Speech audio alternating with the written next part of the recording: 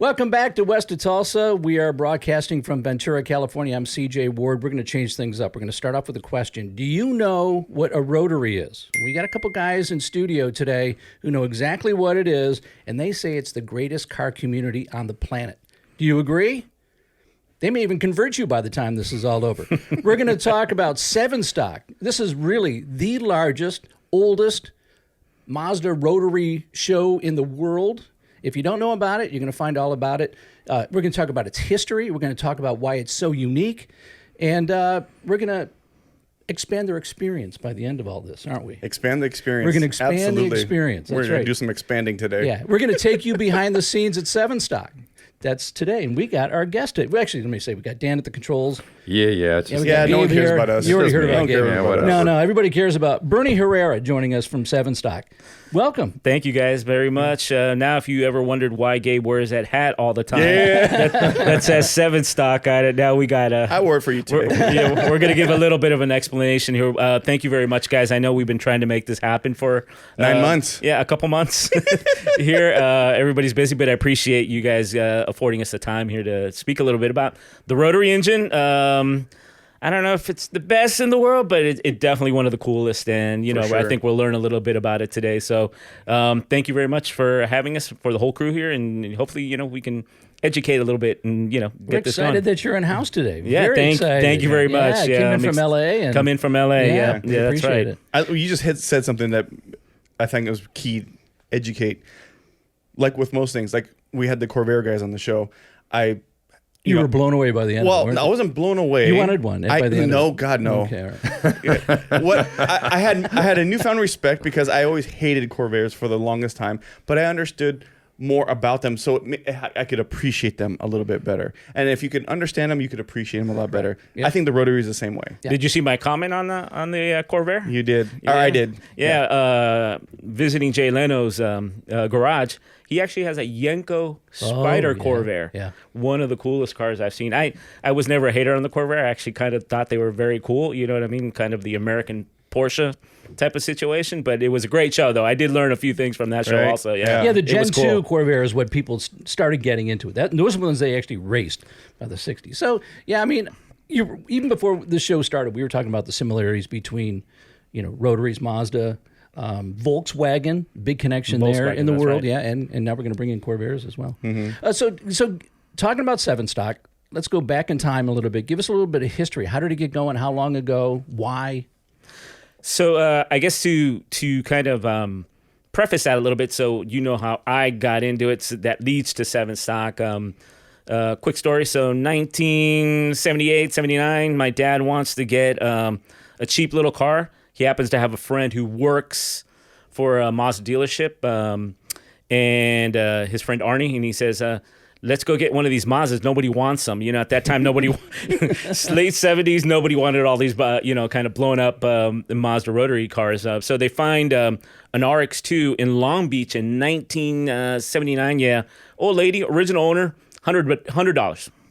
Oh, geez. Yeah. So Man. they bring this car home. I'm like 13, 14 years old, and okay, cool. You know what I mean? My dad kind of had been into mechanics a little bit, and he had friends that were always at the house wrenching and stuff. And that's kind of how I picked up the interest. I always remember my dad's cars. He had a 62 Buick Special that I don't know, for some reason really stuck with me, that I was 3 or 4 years old, and I remember that car, Long story short, they say, we're just going to go get a motor out of a junkyard, and we're going to just swap it into this thing, and we go. I remember going with my dad to the wrecking yards on Branford over there by San Fernando. Oh, yeah.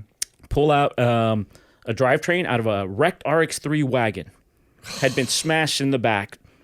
They pull out the engine, the transmission, the drive shaft. We take it home, but this is my kind of first adventure where my dad's letting me kind of touch and feel and do that kind of thing, and I think it's the coolest thing. For some reason, the highlight of that experience was going to Canon drive shafts and having the drive shaft shortened 1.5 inches because it was a wagon drive shaft. Yeah. That is the one thing I remember, how cool it was taking this piece, and we got it back, and it was shorter, and now it fits into this new car. They put it together. Long story short, it was a twin distributor car, so a little bit older engine and stuff. And after it's done, it's kind of sitting there, and my dad says, "You know what? That's your car.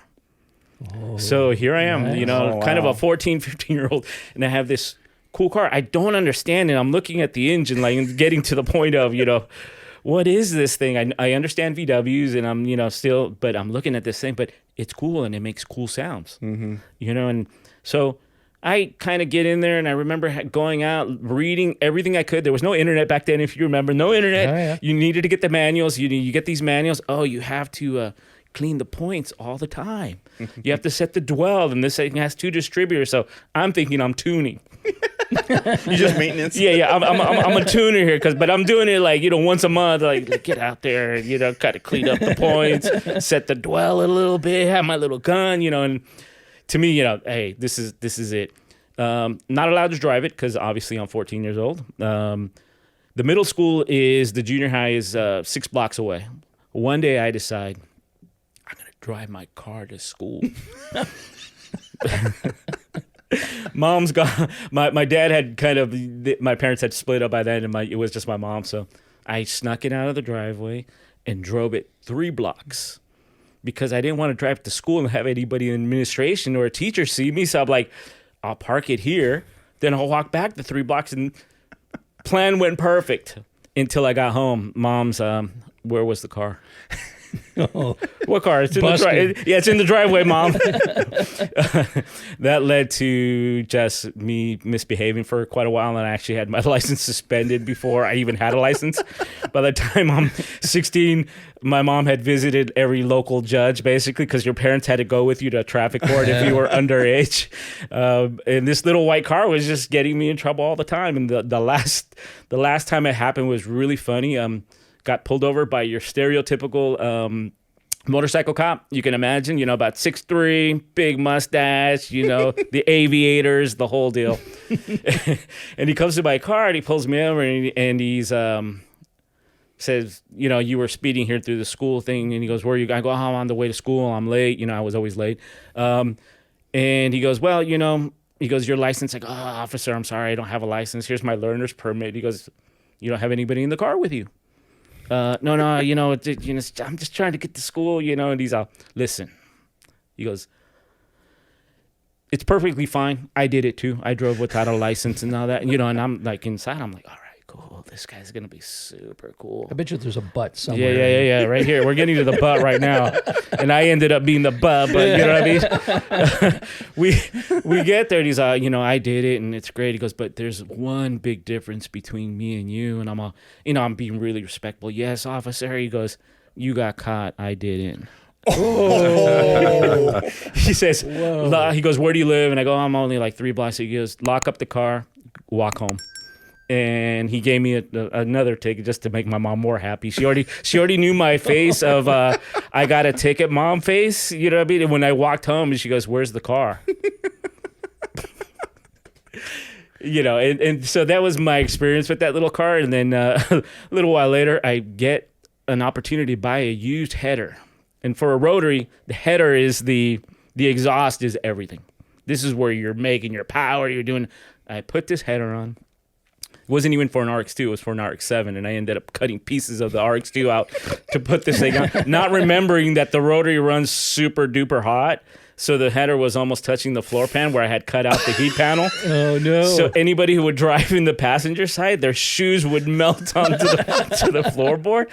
But to me, the sound that it made after I put that exhaust system, I actually drove it a mile to the muffler shop on open header. Ooh. And believe you me, a Rotary on open header, and I did it like at 3 a.m, so we wouldn't get in trouble.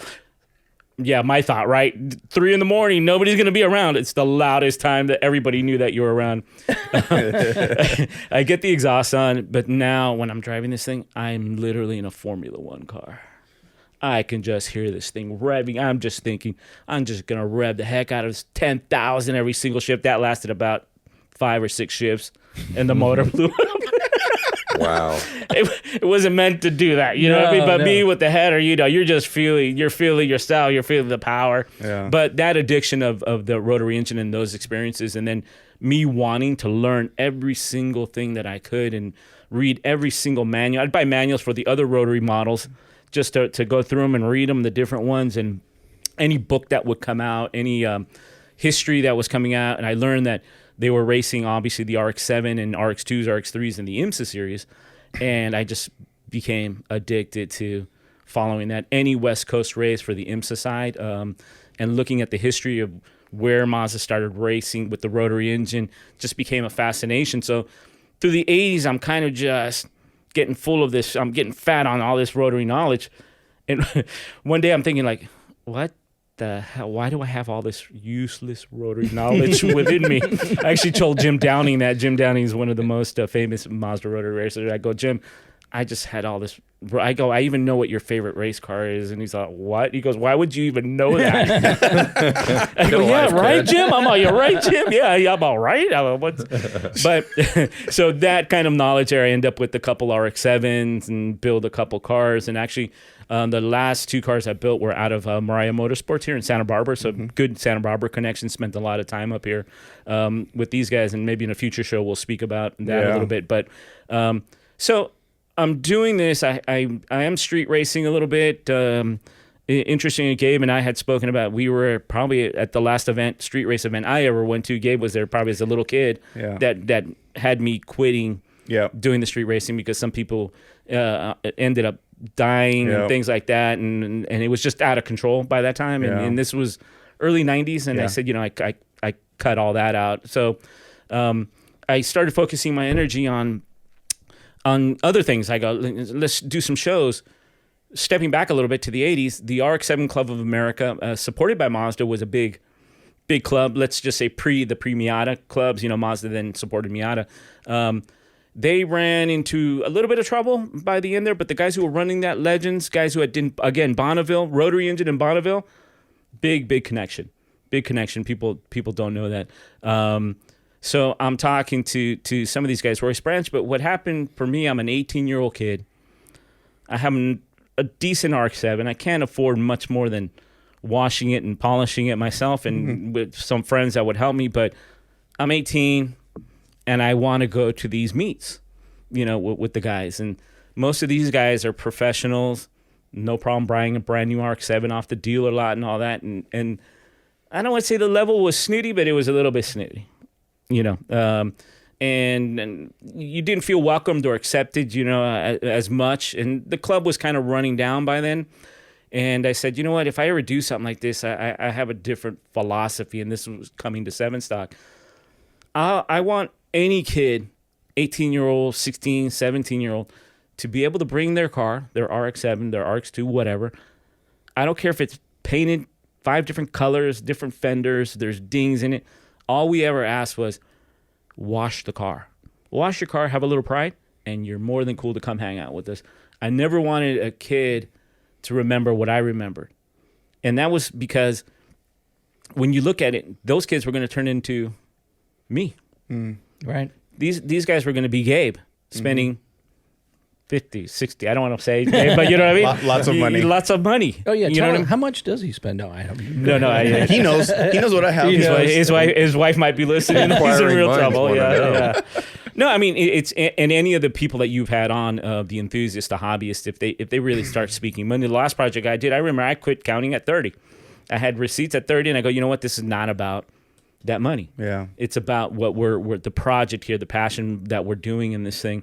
But I understood also the 18-year-old that has, we'll say, an FC RX-7, which was a little bit of beaters. They're not so much anymore. Everything's getting expensive. But I didn't want the kid not to come to a show because he had a different color fender on it or something like that. And that was super important for me in the SevenStock. SevenStock history basically starts not with myself. There was a gentleman named Paul and another gentleman named Frank that started a park meet. Basically, if I remember correctly, I think it was 96. So it was an email list or a bulletin board service, if people will remember those, where people said, because RX-7 Club has kind of wound down. By the 90s, there was none of that. Mazda was focused rightly on Miata. You know, that was their new thing. RX-8 was going to be there, but the big product was going to be Miata, and that's where the enthusiast focus was, which was, you know, absolutely a brilliant move. If you look at what Miata is now, you know, it's a super brilliant move by Mazda. But that kind of left the rotary engine community a little bit hanging out there a little bit. So we kind of do the first show. They do it. It's a picnic. 10 guys. I have pictures of that. We can share. We have one original member still left from that reunion. I come in about a week after that number one. I go to number two. Basically, again, potluck. About 20 guys, and we're doing it at the Benelli Park over there, San Dimas, right next to the Pomona Fairgrounds. Because it only costs like $5 to get in. It really gets a nice space. And then the third one, I started pushing it a little bit more, talking to friends out of state and stuff like that. And lo and behold, all of a sudden we have 200 cars. Dang. At the third one. And then, to my surprise, some of the bigger established aftermarket companies show up. Racing Beat, Mazda Tricks, and they bring stuff. They bring stuff for our raffle. They bring hats, and they bring a couple. I'm like, this is it. We've made it. We're You're done. in the big time. Yeah, we were big time. We're in the big time. We can literally quit now. This is. I mean, if these guys noticed us, you know what I mean. We're done. Yeah. So that was number three.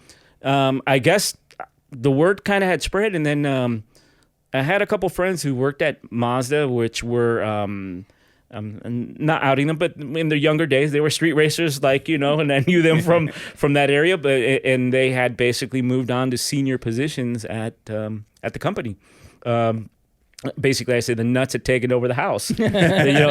True enthusiasts, guys who had 510s with rotaries in them and things like that raced on the west side and kind of understood and worked for bigger companies on their way up to Mazda. But now they literally were kind of up at the top of the pyramid there. One of those gentlemen, Kelvin Hiraishi, which is actually retired from Mazda now. He was the VP of R&D there for a good many years, and he had moved himself up. The first major project he did was actually the FDRX7 that he had worked on and kind of came up, always had a soft spot for the Rotary and the passion. They understood the drive. The Rotary at Mazda represents way more than just this kind of unique engine. It's something that helped them survive as a company that most people don't know as far as the history. They were about to get gobbled up in the 60s by, after the war, Japan, the government wanted bigger companies to compete more like the big three here and kind of like what they're doing now again, but they wanted to do it. And Mazda was one of those companies that was on the kind of, let's get them eaten up by somebody else and do that. Mazda itself didn't want to do that, the people there, so they basically said, we need to do something. We need to kind of set themselves apart. Let's do something different. They saw that going a little to the history of the Rotary, NSU, Dr. Felix Wankel had kind of, licensed off the engine to NSU, and a few other companies were starting to be very interested. And Mazda was one of those in Japan that said, hey, let's take a look at it. But it wasn't only Mazda, interesting enough. Most of the major OEMs, including Japanese, actually licensed the Wankel patents and license. Like the Citroen. Yeah, Citroen. Right? Yeah, you guys with the gentleman with the Citroen, but most people don't know that Nissan and Toyota both did. And there's actually kind of, and I'll send some pictures. They actually started their own development. The Sunny, the little Datsun, that was supposed to be a rotary engine car. Really? Yeah. Wow. That was to GM. Obviously, we know about the Aerovet, which is actually the big play that GM was making with the big forwarder. But what people don't know is that, and unless you're a real enthusiast, the Vega was designed to be a Wankel engine car.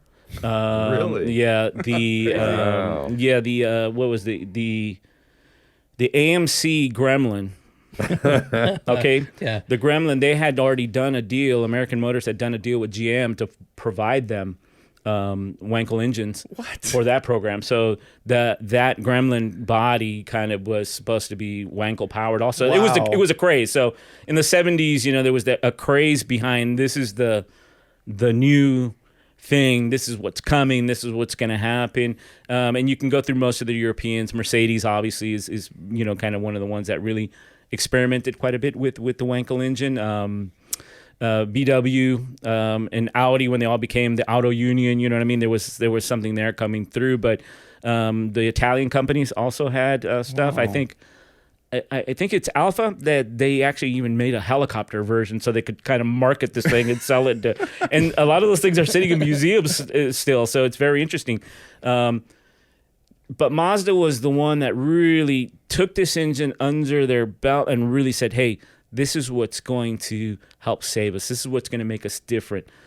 Hiroshima itself plays a big part in what Mazda is, but in the kind of generations and in Japan, kind of legacy is super important. I actually got to live in Japan for 6 years. I worked for Universal Studios, did the theme park there. So I learned quite a bit of culture. I had already been a Japanese culture guy before that. But that legacy of metal crafting and metal artistry that comes out of that Hiroshima region played actually a big part even in this rotary engine and the craftsmanship that went into it. It's still almost a hand-assembled engine. It's I had the privilege of going to the rotary engine factory at Mazda in Hiroshima not too long ago, and it's still the 50-year-old building with the 50-year-old machines with guys who have been working there 40, 45 years. It's still literally basically a hand-assembled engine. In a modern production environment, it makes absolutely no sense. But they still do it. They still do it. And Right. and that's part of, again, legacy and everything is that Mazda was. So the Yenko kind of, they figured out Yamamoto-san, which was the basically the engineer that pushed it and kind of said, we're going to figure this thing out, gets it, and they kind of overcame a lot of the difficulties that the other OEMs weren't doing it. Mazda pushed and pushed. And this has kind of been their legacy of they call it the never give up spirit. Never stop challenging. So that was going to be one of my questions. Why did Mazda continue on with it? It sounds like they continued on because they figured out some of the problems or issues with it. The others, GM, for example, AMC, couldn't figure it out, and they just gave up and threw in a straight 6 into the Gremlin. I think in general terms, that's it. Once you look deeper into it, there's always other interest. Always, you know what I mean. I think Mazda, when you have I don't want to say life and death, but when you have an existential kind of situation, which I think they did, they said, if we got to make this thing work. I think the other companies that wanted to swallow them up or whatever were going, yeah, we can't deal with this thing, you know what I mean? Wow. But all the motorcycle companies in Japan also, Yamaha, Kawasaki, obviously Suzuki actually did production bikes with Yenko engines in Europe. We had Hercules out of Germany, and there was obviously BSA. Raced bikes, and did that. Yeah. But Mazda, I think, does it out of kind of a goal to continue to exist in this different way. They make it happen. The reality is it happened. They did the Cosmo Sport, which was, the beautiful first 2-rotor production. They weren't the first production rotary. That was actually the NSU Spider. NSU had actually launched a single-rotor NSU Spider 2 years before Mazda had launched the Cosmo Sport. But Mazda becomes the first with this dual rotor, kind of something that really kind of works out there to do it. And it kind of did make them different. And they were already from Hiroshima, which is already different. It's funny, when you go to different countries, you start to find that they have areas and situations, like even like us, LA, Texas, New York, and in different countries it's like that. So, Hiroshima is more south, Tokyo is this, and, so it's already a little car manufacturer in the middle of nowhere doing this thing, and I'd be remiss not to say that Mazda played a huge part in the rebuilding after the atom bomb, that was something when you go there, you really can pick up on when you go visit Hiroshima. Mazda just happened to be over a little mountain hill that shielded most of its factory from being that, and their 3-rotor production little motorcycle car that they called it literally helped rebuild Hiroshima within weeks. They were on the ground running stuff and doing that. So there's this very deep kind of connection to what it is, to the ground, to the kind of the dirt of what it is. And when you become an enthusiast at my level, obviously that stuff is so kind of cool, so important to learn kind of this history and what it really means at Mazda. It's a cool engine, but there's so much more deepness to the engine at Mazda that does it. I feel like it adds to the mystique, no doubt, of the rotary engine. Oh yeah, no doubt. The more the more I understand it, the more I appreciate it. I've wanted one since I was 16 years old. I pretended to be some rich Chinese student. I went to the Mazda dealership in Irvine. It's the tallest Chinese student I know, I've right? ever seen. They had, I said, oh, my parents are in Taiwan. They're going to send me money for our car. And they're like, oh, well, come drive this car. So it was a 93 RX-7 touring. Wow. And I'm like, hell yeah. And I lit it up. I fishtailed it out of the dealer lot. And the salesman was like, "I hope this guy buys this car." Yeah, he's. I didn't have $1 to my name, and I fell in love with that car, and I've wanted one ever since. I never bought one until my 30s because I was always afraid of it because I didn't know anything about it, and none of my friends who were racing or whatever were doing it the Rotaries. But you're still Chinese. Yeah. Well, yes, yes. Taiwan. Yes, Definitely. yeah. I'm waiting for my parents to send me that money. But my point is that like once I finally connected with my friends, Greg, shout out to Greg, Rotary Lounge. When I connected with them, I started to realize that you can have a reliable Rotary. You can have fun in this car, and it can be, I wouldn't say affordable, but it can be for the average person. So now that I've done that, and then I go to SevenStock, which we'll get to in a minute, but I'm learning all these things as we unfold. And now Bern's telling us all this history, but I love it even more because I was already into it because of the sound. To me, that's what got most Rotary owners are into, the sound. And I think this is a good transition to answering our question right off the top. So what is a rotary motor? What is a rotary engine? So since we're talking about the engine, that you've done your research, obviously a lifetime, and you love them.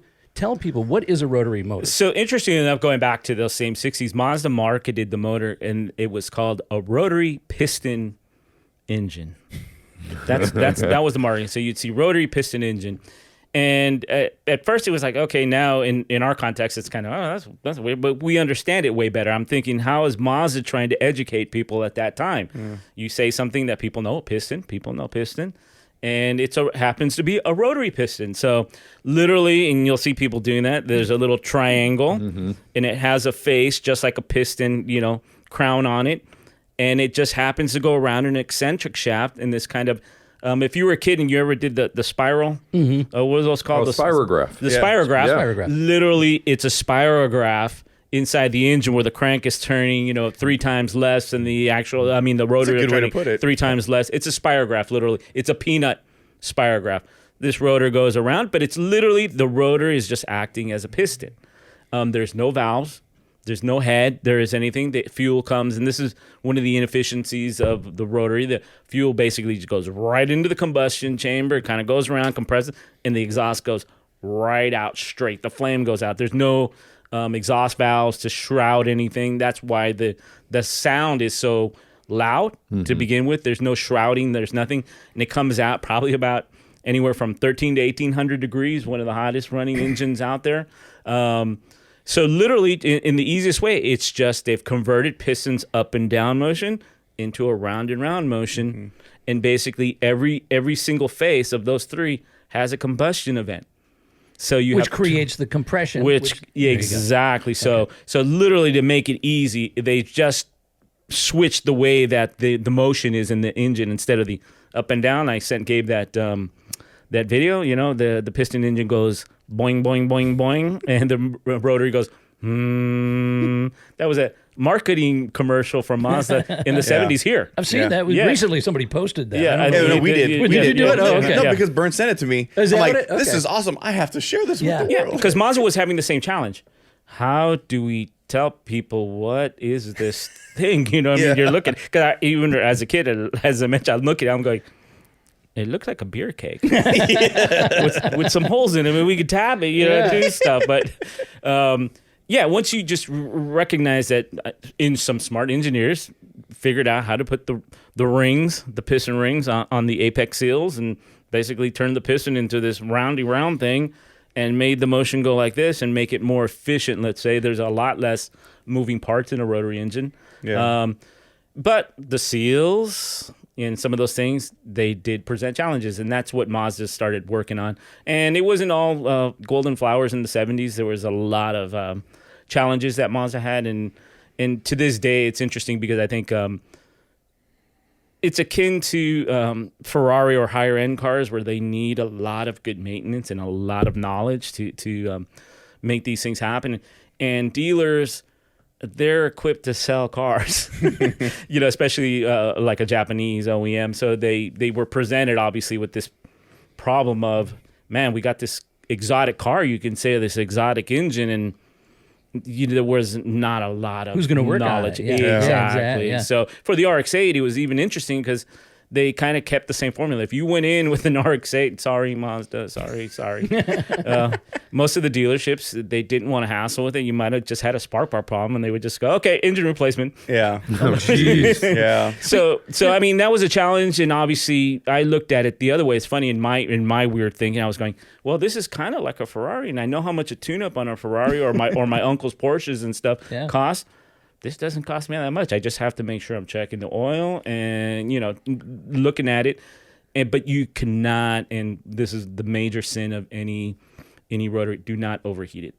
It's an aluminum engine, just like any aluminum head would warp on a block. Yeah.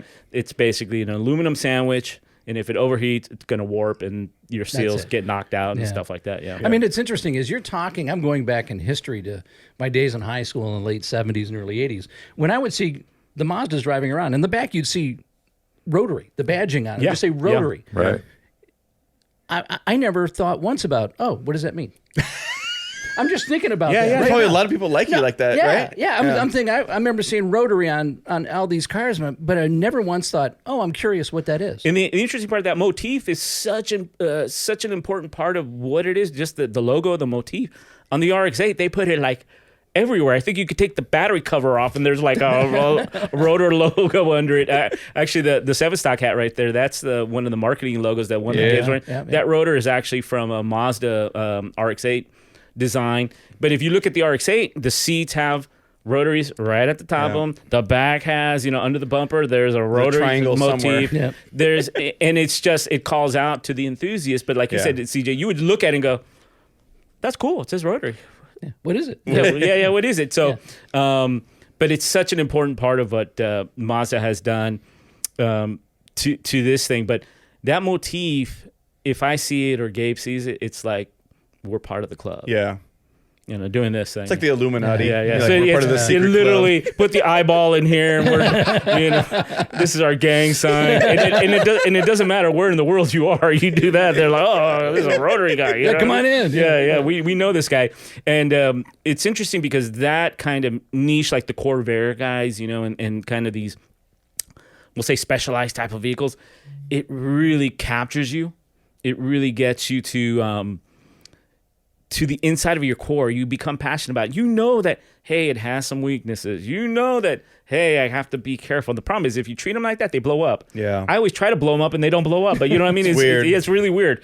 But yeah, there are different things that you have to do to a rotary engine to maintain them. But like Gabe learned, if you do it right, they can be just reliable. Most of the first gen and second gen RX-7s that were non-turbo, those things could go 250,000 miles without, a thing. The problem was most people were not educated on the maintenance and what you really had to do. Do not overheat. Don't keep driving if the check engine, the coolant light comes on. Pull over immediately, turn everything off. But also the guys that like modify them. They don't modify with the same. You can't modify it the same way you do like a Honda or whatever. You know, and that's the part where people get the car gets a bad rep because the guys that modify them didn't know what they were doing, blew up the car when they didn't have to. My favorite one is and Greg, we talk about this all the time. Our guys say I have a FD RX-7, so 92 to 95 RX-7 in the States, right? Yeah, in the States, yeah. And the guys want to put an exhaust on the car or take off the catalytic converters, which does help and make more power. But if you don't tune the car properly for that, you will blow up the engine. Like, you'll overboost the engine, which a lot of guys do. And it's a stupid reason to do it. But it's just you don't know. The Corvair guy said the same thing. Yeah. That if you don't maintain them, if you make modifications to it and you don't do it the right way, you're going to blow it up. Yeah, even the carbs. I heard him talking about the carbs and the different year carbs, and that was very interesting. And it did kind of stick with me. And this really happens, interestingly enough, with the Fast and Furious generation more than everything else. The FDs are about 10 years old. Fast and Furious comes out, and I think a lot of that tuning generation, let's, like you said, let's get my eBay turbo, let's get my down. The rotary, especially on the turbo side of things, it can be a very sensitive creature. If you set it up right, you know what you're doing. You're boosting 30, 40 pounds. Yeah, you're fine. Yeah. But it was just people slapping on, hey, put the intercooler on, put the turbo on, put the downpipe on, and they don't know. It leans out or it overboosts, and not only Mazda, but anybody in the early 90s where they were trying all sorts of technologies with the sequential turbos and four-wheel, all-wheel drive and everything. Most of those cars were super, super over-engineered, over-complicated. And it took, especially on the FD, they have what they call the rat's nest.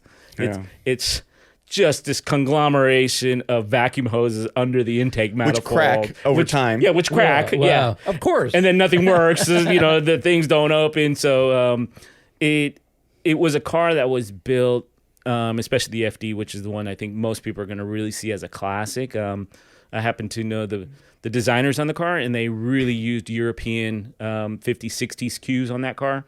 You just see the lines. It was basically Jaguar, Ferrari influenced. And Mazda, to their credit, allowed them to make this hyper-focused car. I mean, they were taking ounces off the front suspension, off the rear. And it just became a beautiful thing. To be honest, when it first came out, I didn't like it. It was so, in speaking about design and kind of shocking to the senses, it was such a departure from what Mazda had done over the first two generations of cars. I was like, it's cool, but I don't know. It's not wedgy like an RX-7. You know what I mean? Although the FC, the second generation, basically, we'll say it Porsche, right? Porsche 944, 928, which was, they do that. But when it first came out, and I was younger, and it's funny how your taste, and maybe you guys can talk to this. A taste evolve as you get older. I would look at a lot of the 60s cars, even the nice Ferraris, and I go, oh my God, those things are like horrid. Now, like I said, like these are the most beautiful. Well, it's funny. machines. Peter Kappen, who we fine automotive photographer who we had just a couple weeks ago on the show, brought up a really good point that applies to what you just talked about, and that is when you push the envelope and you go beyond the comfort zone. That's where you start to make advances. And when you talk about body shapes and stuff like that. And it's not art unless somebody actually hates it. Exactly. Because if everybody likes it, you're just pleasing the masses, right? Right. So when the FD came out in 92 or 93, in the States at least, it might have been polarizing because there was nothing like it, especially for a Mazda brand car, right? Yeah, luckily for I think Mazda, I think most people weren't my age, and most of the guys who bought it were, doctors, engineers, kind of higher, that loved the car, that were used to the 60s beautiful design cues and stuff like that. Now I look at it, of course, it's a timeless piece. I told Gabe though, but you can go too far. And I said on the comment with the with the truck, the Cybertruck, I go, just remember GM did the Aztec. There are some similarities with that one too. I was gonna say I told him, I go, the 60s, 70s, 80s are littered with design pushing the envelope. Edsel. The Aztec came to me right away. Go, it's wedgy and all that doesn't mean anything. But I go, you can't go too far. And it's funny because on the way up there was a big black Tesla truck behind me all the way up. I'm like, oh my God, I think he heard me or something. but it's interesting. But like you said, to me, when I saw it, it was just such a departure. I mean, I loved the first gen. I was the first generation RX-7 guy, like that small, compact, kind of worked to what the Rotary was, what Mazda designed it to be, winning, again, all those IMSA races. I think the RX-7 won over 100 IMSA races. I think won the GTU championship for like 10 years in a row. Just dominated in the lower classes. And that was a big deal for me as an enthusiast and a Mazda guy. It's like, wow, my team. It's it's about your and team. it probably drew in a bunch of other people new to it. And you would see, and it would get exposed, and and it was interesting because to me it's like, okay, there's not a lot of these things, and kind of at the time I was a Rotary guy, and there were some Rotary guys, but it wasn't the norm. But so when you did join up with one or two people who kind of spoke your language, you're like, whoa, this is cool. Yeah, there's other people who do this and they love this, and then you end up meeting more. And I think SevenStock basically comes to this, that I go, hey, there's kind of a disparate community out there that's kind of broken up into very interesting factions. And for whatever reason, fate, I happen to have my foot in a lot of these communities. And that's why it grew so fast, right? You're talking. You were talking about how quickly. SevenStock just was growing. Yeah, it went from 10 to it went 10 to 1,000. I mean, like 1,000 RPM, 10,000 RPM in like 4 years. Wow. So getting back to that story, so we the Mazda people heard about SevenStock after number 3. My friend Calvin, he goes, hey, I want to talk to you about this event. And I'm all, oh, okay. we happened to meet at the Ontario Mills Mall parking lot. I don't know what we were doing there. I think we had some kind of event with friends at something there. He goes, "Oh, we'll meet at the mall." I'm all, okay. And we end up talking. We're talking. And it was like 4 or 5 hours later. We're still in the parking lot. The security had already gone by like 4 or 5 times. The longest drug deal in history. Yeah, these guys, maybe they're looking at Calvin. Maybe they go, maybe the Japanese guy doesn't speak English or something. You know what I mean? And you know, Calvin, you know, he's a small guy, you know, but and we're out there. They just kind of walk. There's no cars now in this like West parking lot. We're the only ones sitting and there. Ontario Mills is huge. Yeah, Ontario Mills is like huge. So we're there. We're talking about how do we get this thing together? What's the kind of talking about the passion too, stuff that we're talking about now. And they knew on his end, obviously, and on the Mazda side, which I didn't know, RX-8 was on the horizon. So they had a new product coming, and they really wanted to kind of connect back with the community a little bit. I think, this is my opinion and feeling. So they said, hey, why don't we put this thing together and let me see if I can get the R&D center to host. And he was basically the chief of that area, and he kind of green-lit it, and we figured it out. And he goes, and by the way, we're bringing the Le Mans winning number 55 787B car for the first time to the U.S., and it could be at the show. For us, that is the holy grail. It's the pinnacle. The pinnacle. I mean, this is at that time especially. I'd never been to the States. I mean, and I like almost fell over. I'm like, did you say the 55? Like the winning? Yeah. That's still the best. That's the best sounding race car anyone's ever heard. I agree. I mean, yeah. So they were going to bring it for the Laguna Seca, obviously the reunion stuff, and they wanted to kind of use it. And SevenStock obviously was a perfect vehicle for that kind of bringing it, showing it off for that first time here in the States. And I'm all, well, yeah, I think that sounds okay. Understate it, right? Yeah, it's like Try to stay calm. Try to stay calm. Literally, I'm like, what? He's foaming at the mouth. It's coming out the corner. It's like, that tick, what? And of course, yeah, I've said, hey, man, that would be awesome, and we're looking to take our next step. And this is a young group of enthusiasts and that had the passion that I had kind of gathered around me. Again, people kind of having that magnetism that kind of attracted us to, hey, you have an RX, I have an RX, everybody has an RX too. Okay, beautiful. We're all like friends. This is it. And the core group of guys that kind of started helping out around that time is still the same core group of guys we have 20 plus years later here. And we didn't know what the hell we were doing.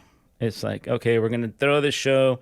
It's going to be at the R&D center. We're not at that corporate type. Is this number level. 4? Number 4, okay. yeah, number right. 4. So now Mazda's coming in, kind of officially now. It's being hosted at their place, and we're like, okay. Well, let's get our little stage. Let's get our couple speakers. We're going to do what we're going to do, and they're setting up the courtyard with all these. And the 787 comes, and they let us push it and put it in place, and then we're. That was it. I didn't even need to do the event. You know what I mean? For like, I was done on Friday. It's like, okay, we can do it. We have no idea what's going to happen. It's at corporate to me. A lot of the community that's in LA that doesn't really like to drive too far away. We're thinking, are they going to show up? They're not going to. Gates open, the streets all over that center where I think Dan had just gone were completely clogged with Rotary cars everywhere. They had to call the Irvine PD to come in and help direct traffic and everything. wow. 2 or 3 hours, we got everybody in, and I was just, over the moon. I go, man, look at all these people. But SevenStock Four was a very special event to me, going back to the kind of disparate communities was, by that time, so we're talking 2000, I think, Mazda had been done with Rotary, basically, as far as any of the racing and all that. And they basically quit. The glory days of IMSA had finished around 91, 92 with the factory Rotary racing stuff. Of course, Miata was great attention. So that kind of community that had done and broken Bonneville records and the posters and the magazines, all that stuff that you saw in the 80s, that kind of was put out the pasture a little bit. So, I don't want to say forgotten history, but we're moving on. It's like end of an era. Yeah, right? end of an era kind of situation. So kids that kind of growing up they're not getting to see what I saw. not getting to see the glory of, this Rotary. And they're seeing the FD in the early 90s, but it's an expensive car for that time. I think adjusted for inflation now, I was looking at, it's almost $80,000. It would be an $80,000 car adjusted right now for inflation, and that's literally what killed most of those supercars from the Japanese side. They were really expensive. But Fast and Furious, I think, comes out and just kind of reignites. The import racing had been going on a little bit. Yeah. It wasn't everybody's cup of tea, but it was there. But I think Fast and Furious, as much as I hate to say it, because I didn't enjoy the movie as far as, what it was doing, because that's not what it was. But it did reach a whole new generation of people they became enthusiasts. So a lot of the helpers that we have right now, including Jeff from the East Coast, we have people on our staff that one lives in Australia, one lives in New Jersey, and there's a few from Arizona. So even our staff is kind of international, global. And they come in, they go, hey, we want to volunteer. We want to do what we do. And a couple of those guys are Fast and Furious kind of. They saw an FD and they saw the imports on the movie, and they were like, whoa, well, yeah, we got to have that. So I for that reason, I give credit to Fast and Furious for creating another set of enthusiasts that are continuing some of this stuff to this day. And now they're the 30, 40-year-olds that have a little bit of budget, have a little bit of money to be able to do some things, So we get back, though, and I'm thinking, okay, I know some of these racers. I know some of these guys. I know some of the guys from RX-7 Club of America that are kind of out here to pasture, end of an era thing. I know the guys, we'll say the urban guys, the guys in LA that basically street race, have the older cars and stuff like that. I know some of these guys. I know the shops, the vendors were the rotary engine shops basically for, I would say, a good 10 years were the ones who kept the Rotary going. There, Mazda wasn't really wanting to work on it. It became a headache, and I understand, that engine. So I see these communities, and I kind of have connections to all of them. So I'm in this kind of interesting, unique situation, and I said, you know what? I want to get like these communities back together. I want the factory, because the factory too had kind of split. So there's these 4 or 5 groups, we'll say, that are true enthusiasts, especially the Rotary shops. These guys, nobody gets rich being a Rotary tuning shop. I will tell you that for sure. Nobody's getting, nobody is doing that. But I'm seeing these guys that were my heroes too, coming up, and I go, and Mazda, and I go, everybody just wants a little love, and so I kind of threw a Hail Mary and just talked to everybody as much as I could. And I said, hey, we're going to do this thing. Obviously, having it at the R&D Center with my friends there was huge. First time I think an OEM had really embraced that type of open kind of, hey, come to the house and we're going to have a party. And basically it turned out, and it showed up, and thousands showed up. I'm about 500 or 600 cars. Wow. And thousands of people. How many were you expecting? You had no clue. No. But you were ready for whatever. I'm thinking, SevenStock 3, a couple hundred, and it grew up maybe 300, 250. And I made sure Mazda cleared out enough parking spaces, and kind of we set it up. And that's one of the visions that we had, how to set it up and make people flow through. But the beautiful thing to me was that day seeing all these different communities come in and share. I'm looking at guys that hadn't seen themselves for 10, 15 years. Hey, but they had done Bonneville Glory, they had done IMSA Glory. There's IMSA drivers there that most people don't know who they are, but you know what? They're talking to the factory guys. The factory guys are talking to them. On the other side, on the factory guys sent for several years original rotary engineering. They called them the 47 Samurai, that basically worked on the original Cosmo Sport. We were able to host 4 or 5 of those guys. Does 47 represent the year? No, it was the number of engineers that worked on the car. I got it. Okay. I was thinking, okay. Yeah, there's a picture of them, and I'll send that also. Okay, these guys, Kobe Kobayakawa being one of them, and Kobe stayed with the company, became PR guy. He was the head of the FD program, the 3rd generation RX-7, and he was also the head of the program for the 787B winning, so he's up there at Le Mans. He became not only a supporter, but a good friend of mine. In Japan, he's up there in age now, but I give him a lot of credit, because a lot of what we were doing here, he took back with that same passion back to Japan. He was one of their main PR guys for years and years, and racing guys, and he loved what SevenStock was. And the typical reaction from the Japanese, especially factory, that would come is like, you guys put rotaries in everything. We've had rotary boats. We've had rotary airplanes. They've swapped the rotary into every single buggies and anything you can think of. And we've had them there. I was telling Dan where he went. The R&D center is right over the flight path of John Wayne Airport. And for some reason, one year, a guy who owned a Wankel rotary engine airplane, his wife worked for the FAA, somehow got permission for him to literally buzz the courtyard at SevenStock a few times before he landed. That is awesome. That was classic. I mean, that was a classic SevenStock story, you know. And so having that connection of all of these things, especially in that number 4 where I saw people hadn't seen each other for years and talking about the racing glory days in this corner, and these guys over here kind of, there was some guys looking at each other, you know, kind of sideways, side eyes, because they were from different neighborhoods. And they didn't, but you know what? We have always said, and we'll continue to say, there's no drama at SevenStock. I understand that you guys might have drama over there. If you're going to have drama, don't come, please.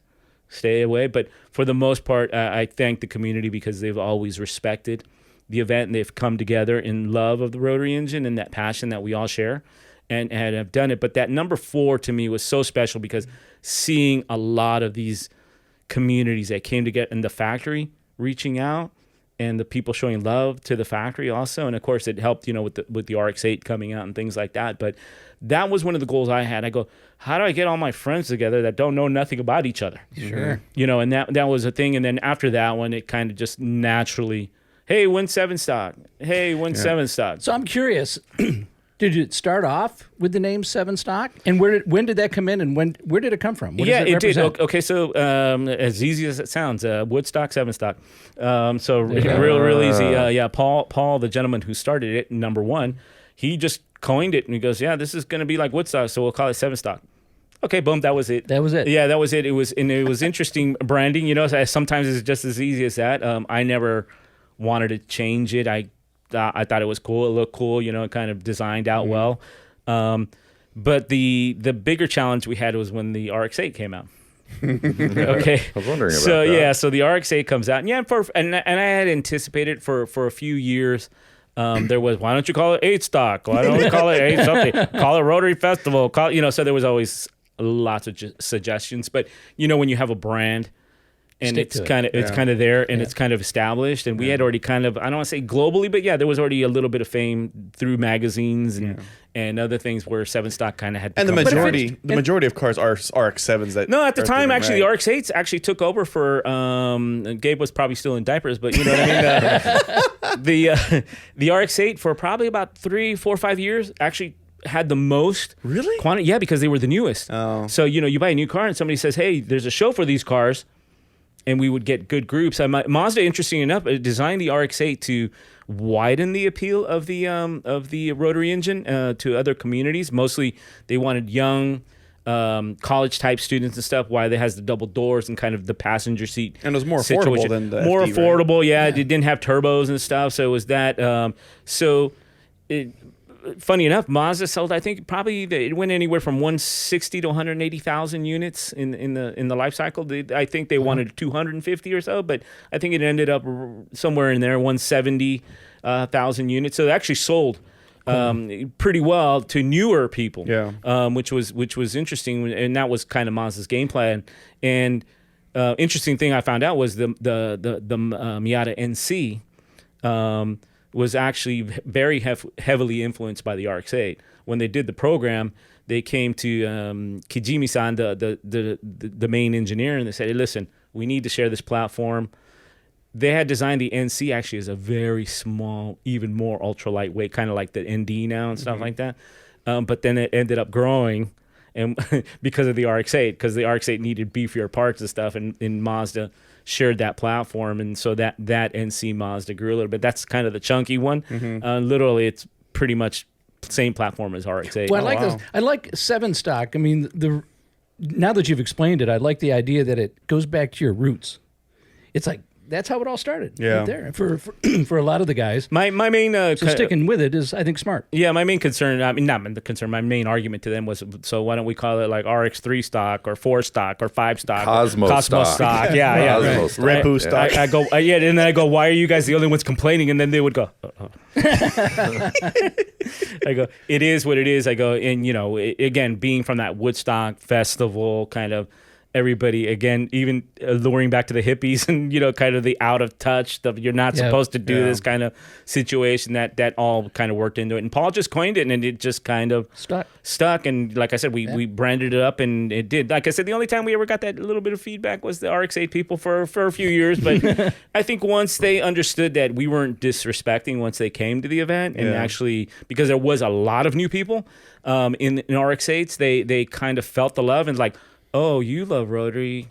I'm starting to love Rotary, because a lot of people, by it, like you said, didn't know what it was. It just had Rotaries, and it was a cool looking car, practical car. So I think once they all came in, and they really feel that there's absolutely no disrespect to anything. We actually opened up the event now to kind of cool, quirky Mazda cars, the AZ1s, the little tiny K cars, with the little gull wing doors. With the little gull wing doors. Yeah, we'll have those. We've had NSUs.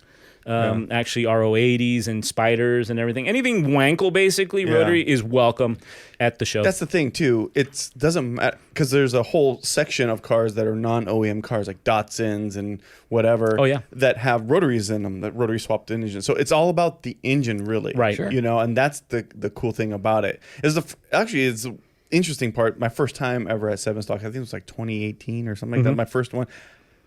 I was like, how did I not know about this event? I've been around imports for a very long time. How did I not know about this event? One, because SevenStock, they don't really promote as much as they should. When it's a jab at Bernie right now. But the thing is that it's okay, because when you show up, it's an event like no other, and it actually is. Not that I ever was at Woodstock or whatever, but it was this big festival with like all these different. And when I say different people, I mean different people from all walks of life, all ages. Modern day They're hippies. like 80-year-old dudes and 10-year-olds. Yeah, the demographic is. It's crazy. People ask me like, "Oh, what's your demographic?" They're looking for that 18 to 25-year-old, person of this certain thing. It's like 5 to 82, white, black, purple. Pick what you want. You know what I mean? And that's been a beautiful thing, because there's guys and girls there that have had cars since the 70s. They've been Rotary people since the 70s. And then you'll get, some noobs like Gabe, that come up, I got an RX-8 or something, which is beautiful. Mm-hmm. We look at it, and the demographic, once you go there, it's everybody. Yeah. And I can't even say like a race or anything else, and these guys are so passionate. Last year's winner for the Rotary engine pickup truck that basically converted an RX-8 into a Rotary pickup truck, he drove from Chicago. Drove it. Wow. Drove the truck one of from Chicago. my favorite cars of the event, and it wasn't painted pretty. Black. It was like like I think he spray painted. It looks like basic whatever, but it was an old pickup truck that really was a RX-8 on the inside. RX-8. I think he just basically put that shell on top of an RX-8 chassis, and it started up. He used the key fob from the RX-8, and I'm like, that is cool. Yeah. Super, super cool. So, and that's another different thing at SevenStock. So for the first few years, we didn't do any trophies. Because to us, it's like, if you're here, it's cool. Yeah. And then, of course, the crowd clamors for the, who's the winner? Yeah, who's the winner? Let's throw the Christians into the lions. Then, we need blood. We need something. Literally, it was like that. So we start out with, okay, well, we'll let the people choose. Let's just do it people's choice. Everybody votes. And real quick, this guy and all his family and the 4 friends stuffed the ballot box. You know what I mean? So rigging the election. Yeah. So the car. So the car that's winning is, well, I don't want to say not worthy, but not the car that should be winning. You know what I mean? If you're looking at stuff and so other people are complaining, hey, my car should have won. I go, you should have brought more friends. You know what I mean? So we saw real quick, okay, the people's choice is humans being humans. That's not working. Everybody wants a trophy. So what we did was we basically get some of our guys that are very knowledgeable, Greg being one of them, guys who've built cars and people in our sphere. And I try to stay out of it now because I know everybody and everybody knows me. And this is the beautiful thing about SevenStock that Gabe's saying. We do get new people, but for the most part, we have some families are 3 generations now at SevenStock, where the grandkids are now driving their own vehicles, their own SevenStock vehicles there. But so we go out, and at SevenStock, the judging criteria is what is giving a vibe off today? What is cool?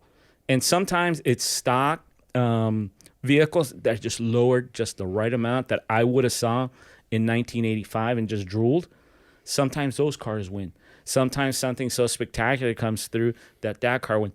What is giving us that vibe? So you don't know going into it. You're just wide open. It's a blank slate. And we leave it blank slate, and we try, obviously, we don't try to give our guys the trophies, you know what I mean? Yeah. We'll let, I think Gabe judged this year. Also, Gabe was judging the RX-8s, I think, if I'm not, with Greg. And they have two of the most beautiful cars out there, Greg and some of the friends, you know. And we're not really looking for that. We're looking a little bit of, the vibe. How did you build this thing and doing it? So, like, some people will come, hey, man, one year we had one guy, hey, I spent $50,000 on my car. Well, you spent them wrong. But, but it's not that. It's what catches our vibe at that day. We kind of, and we'll walk around, but already just in the drive-in kind of, we become famous for kind of a little parade in and a little parade out. We're kind of just seeing kind of what's touching, what's really getting. Sometimes, yes, the cars are really kind of big and bright, and they're that. But a lot of the times, they're more subtle, nuanced. They're more nuanced. Yeah. And I remember an FC that the guy, a Turbo 2 car, just beautiful, just lowered on the right wheels, had the right kind of look and stance. That was it. It's funny. When I've judged car shows before, I have that same kind of philosophy where I walk around, you talk to the owners, and you can tell like a love and a passion that's been put into it. Absolutely. It's not the $50,000. Yeah. They may have spent a fraction of that, but they thought it out, they did it right, they loved it, the passion came through. And then you hear the story about how it all came about. They're the winner. Yeah. I judge for the Japanese classic car show, both Terry and Koji. Maybe we can get them on here with them. They actually started helping us out at SevenStock before they actually went into the Japanese classic car show in Toyota and stuff. And I've been judging the Mazda kind of section there for years now. And it's interesting because, like you say, you speak to the owner, you look at it, and there was an interesting situation that happened a few years back where a gentleman brought this 1978 Mazda 626, kind of just your pedestrian, but it was pristine condition. Yeah. Love the car. Mazda, love the car. It was just nice, like a time capsule. Had been painted and stuff, but it was done just like you would see it. And he happened to win an award, and other people were mad. And they came. It was like, he bought that. I don't know. He brought it, so I don't care. I mean, like, it is what it is. It was there. We were judging the car and whether the guy bought it or had money, whatever. It was a cool car that day. It was that. And we do look at it. In Japanese classic car show, we do see a little bit more. We have to look at a few more details and do that. But at SevenStock, it's no.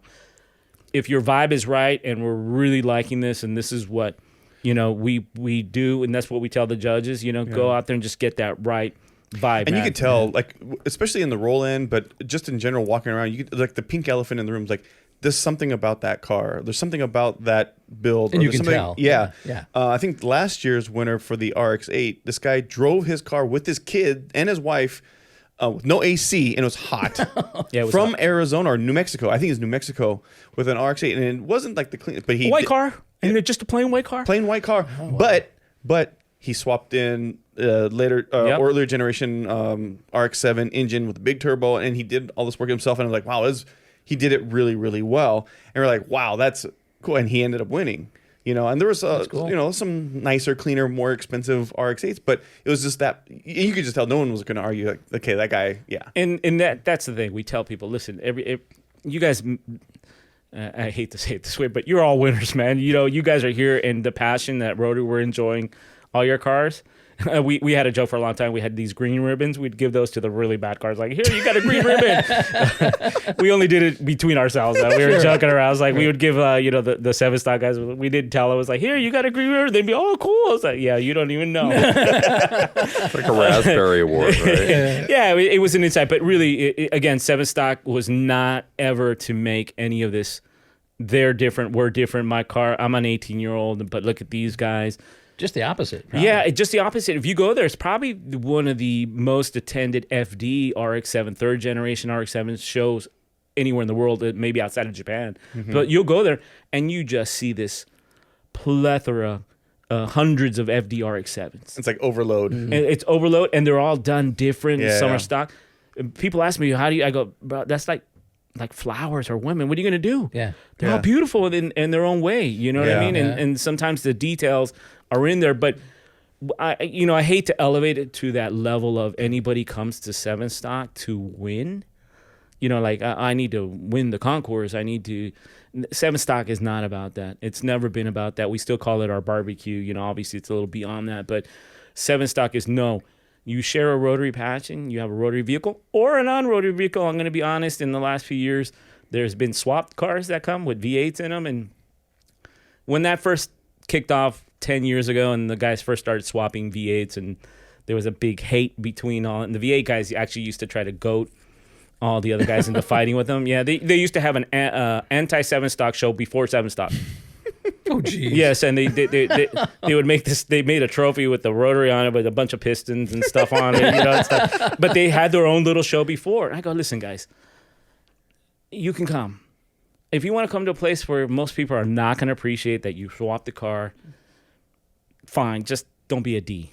Yeah. Basically, you can come. It's a beautiful car. We're celebrating the art, but don't come in, because in the first years it was like, oh, look at you, just to kind of go people. And I go, don't do that. I go, because then you're gonna end up with people scratching your cars. Let's not do that. So for the last 10 years, there's V8 cars there, but you know what?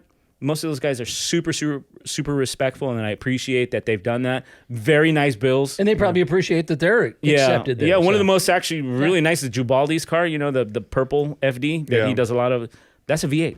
Yeah. His first one burned. Poor guy, he on the side of the freeway and his car burned up, and he built this one. It's a beautiful build. Yeah. Even the V8, I can appreciate, what they've done, but we're at a Rotary-centric show. Sure. Come and share with us because we're all friends, but, trying to do it. So even that controversy, we've been able to kind of move through. And one of the things we haven't touched on yet is the main reason why this is the only event that I go to. And I've been to them all. I've been to, Nopi Nationals. I've been to Hot Import Nights and Battle of the Imports. I mean, I've been around. I've done it all. But the reason why I like SevenStock, and is the only event that I actually go to, is that when you say there's something for everybody, there is literally something for everybody. Because it's not just a car show. Because there's a visceral experience with SevenStock that most people do not get, which is, one, the Mazda factory race cars don't just sit there. They run.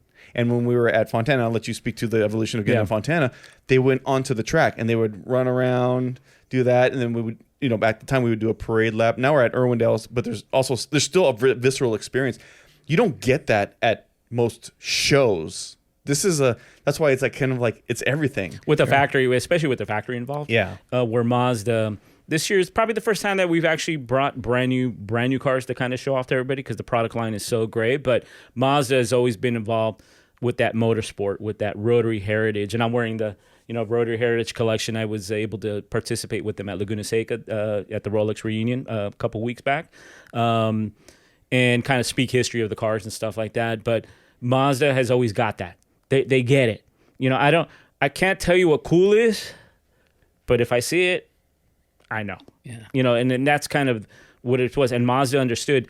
We went from we did 13 almost 10 years of a static event. It was cool. We would have a little drive-in and stuff like that. The Speed Source cars that won the IMSA championships would come through and kind of make noise, and they would start the cars. But the cars would sit there and start, and we were like, need more. The static thing is getting a little bit, you know what I mean? So the last time we did it at the Mazda Corporate Center, because we had gotten so big of the R&D center. Dan, since you were over there, you'll know we actually had closed all the streets around that R&D center, Red Hill, and we were out of room. There was no more room. So Mazda said, okay, we'll do it at our corporate office in Irvine at the Spectrum, where they had their offices, and Ford was next door, and there was some stuff. And they used to, one of the original Cars and Coffees was actually there at that parking lot for many years. We did it there. We did it 1, 2, 3. We did have to close off the street in front of the stuff, and where there's a building now, there was a big empty parking lot. We had access to all that. But Mazda always knew we turned that into an employee day. So we tell employees, hey, come and look, because we wanted Mazda employees to understand that heritage, that connection, and a lot of them were like, oh my, what is Yeah. what is And this? you've touched on something that Gabe has brought up on previous shows, and that is Mazda has done something that's special compared to what a lot of the other manufacturers don't do. And that is have that strong connection to the street vibe, the car clubs, The people. the everyday people who Yeah. are driving these cars. Yeah, and I think right now the MX-5 Cup is a perfect kind of situation for that, where Mazda, they're not racing at the top professional level at the moment, but they've never let go of that grassroots racer. The MX-5 Cup is one thing, and funny enough, we had the discussion one time where we spoke about it, and I said it because I was at the runoffs, the SCCA runoffs one year, and I just saw Mazdas everywhere. They're just everywhere. I go, there's like Mazda, because they race them. And, and I was in a meeting with some of the guys, and I'm like, hey, man, there's more Mazdas on any given week in racing than everything else. You know what I mean? And that was kind of developed. But that's been a thing that Mazda keeps their kind of hand to that pulse of the grassroots of the community. And that's something that they're very well at. Maybe even looked down upon sometimes, you know what I mean? But what are you doing? But they understand the strength of that connection, of making sure that they're doing. And SevenStock is a perfect example. We've been doing it with Mazda for 22 years, 23 years now. Wow. With Mazda involvement, with full involvement, which has always been a pleasure. They're our number one supporters. Let's say, even in years now where they kind of philosophy has changed, there's a couple events that they still support, and we're one of them. So that's been all credit to Mazda on recognizing being connected to that enthusiast base. You know what I mean? Yeah. And, That's and the future seeing it. right there. I think that's their the future. Yeah, the traditional, and it's funny because I think the pandemic showed all the OEMs something very different with like car shows. It changed the whole landscape with traditional car shows, and even how SEMA has started to evolve or devolve, however you want to say it, where the OEMs are not participating that much anymore, which is an interesting kind of last couple of change. years have been interesting for SEMA. Yeah, exactly. Yeah. So it's been an interesting thing, but I think everybody's had to rethink, how do we sell cars, but how do we connect to the people? How do we do this? And I think Mazda's always had that very strong passion, and it could have been out of necessity, just not having huge marketing budgets and things like that. But I think in the end, it's really about people within the company that have had a true passion for not only just rotaries, but basically for vehicles. Yeah. And this is why you see now, you're out there looking at a Mazda, and it's always the best driving car. You look at the magazine reviews, best driving car, best driving SUV, best, you know what I mean? And now they're obviously very safe. They're very fuel efficient. So they've caught up on that respect, but it's always driver focused. Hey, Bern, that's a question I have about SevenStock, because unlike Gabe, CJ and I, we haven't been to a SevenStock. We're hoping to go to the next one and so on. You're all invited. But I do have a question about the community, because with all the people that we talk to, in-car communities, let's call them, some of them are about what are people out doing with their car. And then other communities seem to be more about almost like the fetishization of builds and engineering and so on. And we're not judgmental. It's all good. It's all car communities, right? That's a great question. But because SevenStock, do you guys talk about what people are doing with their cars more than the cars themselves? Well, that and again, very interesting, because the community is from 1970 R100s to latest RX-8. Saying each of those kind of areas, they do all kinds of things. That's the beautiful thing about Rotary. They're drag racers. Mm-hmm. They're autocrossers. We're going to have a very special autocross car coming to SevenStock this year. They are drifters. Yeah. We saw plenty of our There are show drifting. cars, but I think the show aspect of it, that build thing, I think it's within the Rotary community, especially in the RX-7 community and the RX-8 community, is the lesser part of it. Mazda's always been about the driving and that function of driving. And when we did it at Fontana as Auto Club Speedway, we had people driving on the track, and the factory Mazda race cars were out there driving. It's always been about driving, because I made it onto the video for that latest Mazda thing that they showed in Japan, the latest RX vehicle, whatever that might be. And I was in Japan at Fuji, and they were taking video and B-roll and stuff like that. And the 787 was going to run. Mm-hmm. It was coming out of the garage, and I was above. And they came by and started asking some questions. And I told her, I go, listen, this is Mazda. And she's all, what? And I go, that smell, that you can hear it, that passion, that's Mazda. Somehow that clip made it onto. I was the only English speaker on that showpiece. I'll send you that. It was hilarious. You're a celebrity in Japan. I didn't even know. They said it maybe within Mazda. But it was literally. It's a visceral thing. Yeah, and absolutely. And I've always told Mazda, a Rotary is a visceral thing. It's a connection that you have. And I say like a Ferraris of old, and some of the air-cooled Porsches, air-cooled like Porsches of right. old. And I grew up around Porsches. Not even knowing it. My uncles had Porsches, and I was like, okay, it's cool. I had an uncle. If he saw a Corvette, he had to race it. It was literally like Corvette summer. But my uncle couldn't see a Corvette on the freeway because he had to race with it. He had an SC Carrera. That was how it was. You just what was. So I love Porsches. I think Porsches is great, but kind of falling into it, we'll say, in this Rotary thing, and kind of, I don't say specializing, but just kind of having that passion that drew me to, hey man, this thing is so unique, and the group of people around is so unique, and the things that Mazda has done with the Rotary engine, from IMSA racing to autocrossing to Bonneville to drag racing, especially the very early drag racers, not only in this country, but at Puerto Rico. Oh, yeah. Puerto Rico was a big exponent of Mazda Rotary engines in the early 70s. So you had guys drag racing. And here, there was 2 or 3 major efforts in the NHRA.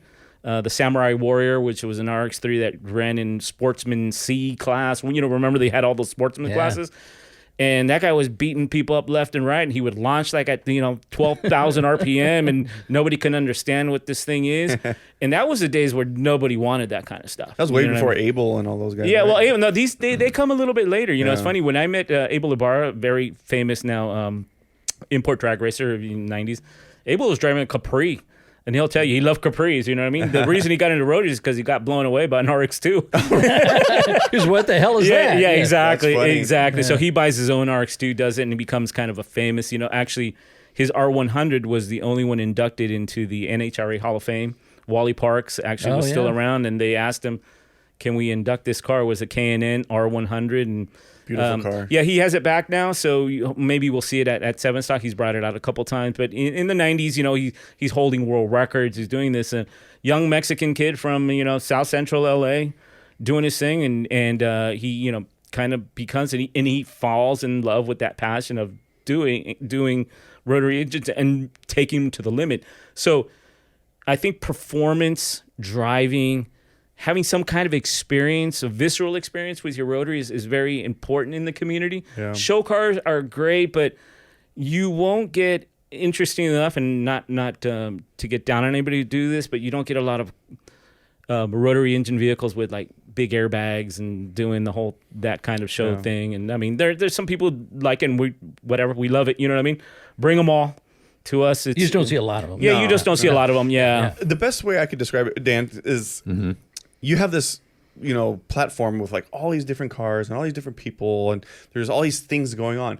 But the second, especially when Mazda lights up one of the factory race cars, because they light them up, because you even said it earlier. You said the best sounding race car you've ever is a 77, and you have never seen one in person, have you? No, just YouTube clips. Okay, Yeah. so Oh yeah, it doesn't even. I'm sure in person it's just amazing. It does something to your senses, that the smell, because there is a certain smell, Yeah. and there's a certain sound and a certain vibe feeling that you get from it. That is, it's intoxicating. It really is, because every time they fire up one of these factory race cars, or even a guy that brings a 4-rotor, because that's a big thing right now is the 4-rotor engines, they have a unique sound to them. You'll see everybody across the whole grounds.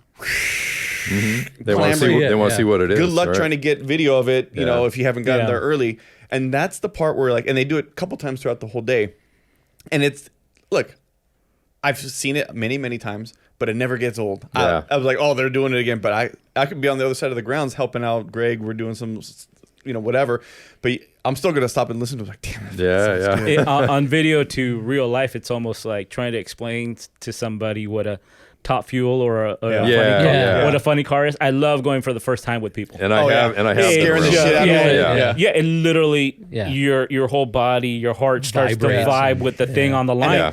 And then their eyes are tearing up from all the methanol and stuff like You're that. like, what is this? And when you go with somebody the first time, when they finally hit the throttle, it's just an absolute visceral experience absolutely. that you never forget. By the You way, know? it's not the ethanol. They're just so emotional about it. Just so Maybe you know. I think it's maybe a little bit of both because ethanol is gnarly on the tears. So Well, this is going to sound dumb, Berm, but, No. but from, once again, not being a hardcore car guy, Yeah. I always thought Zoom Zoom was an amazing tagline. It's like that a company has the balls to make that their tagline for quite a long time, didn't Yeah. they? yeah, and with the creepy little Dracula kid, you know what I mean? But No, I Mazda, think, you know, we thought it was a little bit yeah. corny. Yeah. You know, Yeah. because of course we're sports car Right. guys, cool right. guys, you know. But it was one of the most successful marketing campaigns that Mazda used in Europe, and I think one of the other markets I've seen some commercial, and they're still using it. Not the little kid, not the song, Yeah. not the Zoom, but the Zoom Zoom is still. I mean, and those stickers. I remember for those years, the SevenStock, we had Zoom Zoom stickers. yeah, I still see guys Everywhere. with Zoom Zoom stickers on their cars. Yeah, and- But the it license plate. is a corporate ethos, and that's one thing I like about Mazda, because I've been working with Mazda lately a little bit in real life on some dealer stuff, branding stuff, Right. training stuff, and even the horse and rider thing. Yeah. And then Gabe and I, we were designing a website, and we studied the Mazda website. And I was Absolutely. like, man, Mazda's corporate culture, just there's Yeah. something really intriguing about it. The heritage. Yeah. They're telling a story. Even to speak to that, last year's SevenStock, which was 25 last year. Was it? Yeah, 25, yeah. As last year's SevenStock, the first time at Irwindale, Mazda was there like usual, but they set up their booth, and the way they set up their booth was kind of like on their website with that, I want to say kabuki style, like wood architecture, whatever. But they had a really cool, very simple booth. But then they had the factory race cars. They had a Cosmo there. They had a really rare FC RX-7 there, all displayed, right? And then what they were doing was they were handing out posters or whatever that had this like kind of like Japanese like kanji writing on it with like, you know, it's totally like speaks to the drivers. Yeah, we Yeah, had. They used Mazda. We shared the displays basically with the Japanese classic car show, and modern Asian architecture. You know, very minimal, yeah, as you can imagine. Very nice, very high end. You know, and the race cars and everything are spread there. But beyond what Gabe says, it wasn't. They had the posters and they were branded to the events. They had the two kanji artists there that were writing whatever Yeah. you wanted Oh, wow. with the big traditional brush. Oh, cool. And So- the lines for That's that so was cool. crazy. I'm yeah, like, what the hell? so Yeah. Mazda understands on that level, that connection. So you'd go up to them and say, okay, what do you want?